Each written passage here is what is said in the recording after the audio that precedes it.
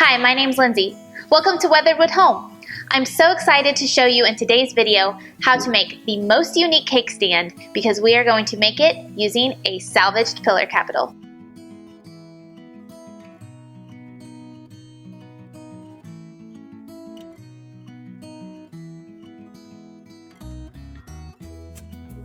I love this cake stand because it's completely unique and you won't be able to find anything like this in stores. You'll definitely get lots of compliments on it next time you're hosting a party, and your friends will be even more impressed once you tell them that you made it yourself. And you don't have to just use this as a cake stand either. You could have it in the bathroom with some bathroom products on it. You could put candles on it. You could use it as a fruit stand. There's lots of different possibilities. But one thing's for sure, it is definitely a showstopper and it's a very simple DIY.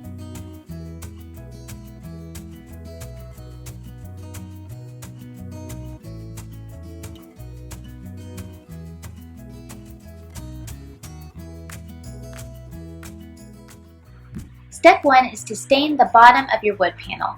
You can paint or stain your panel, it's completely your preference, but whichever one you decide to do, it's much easier to do it now versus after you attach it to the pillar capital.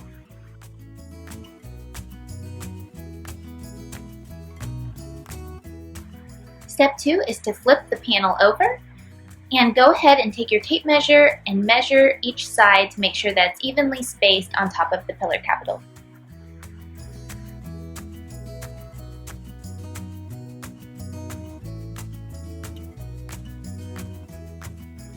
Step 3 is to drill our pilot hole.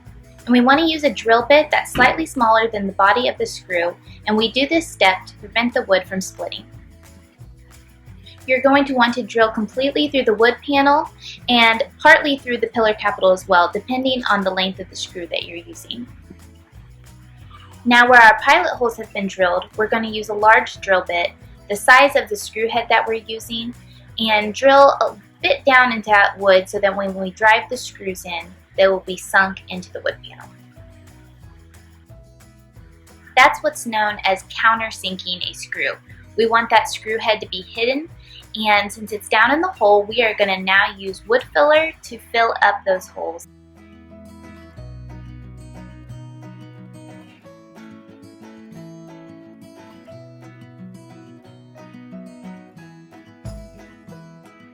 If you're painting your panel round, it does not matter what type of wood filler you use, but since we are staining the top of ours, we want to make sure that the wood filler is a stainable kind. And we're just going to use a putty knife now to push that wood filler in the holes and scrape the top off so that it's even with the wood. Once our wood filler is dry, we just use a sanding block to sand off the excess on the top to make sure that the top of our cake stand is nice and smooth and easier for us to stain.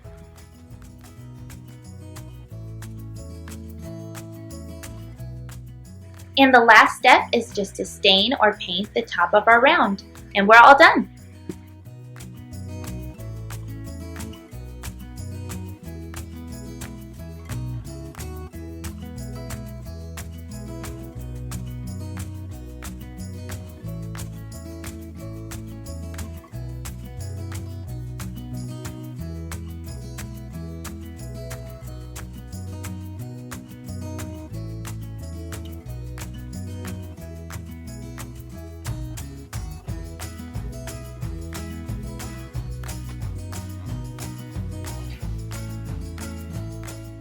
I hope you enjoyed this video.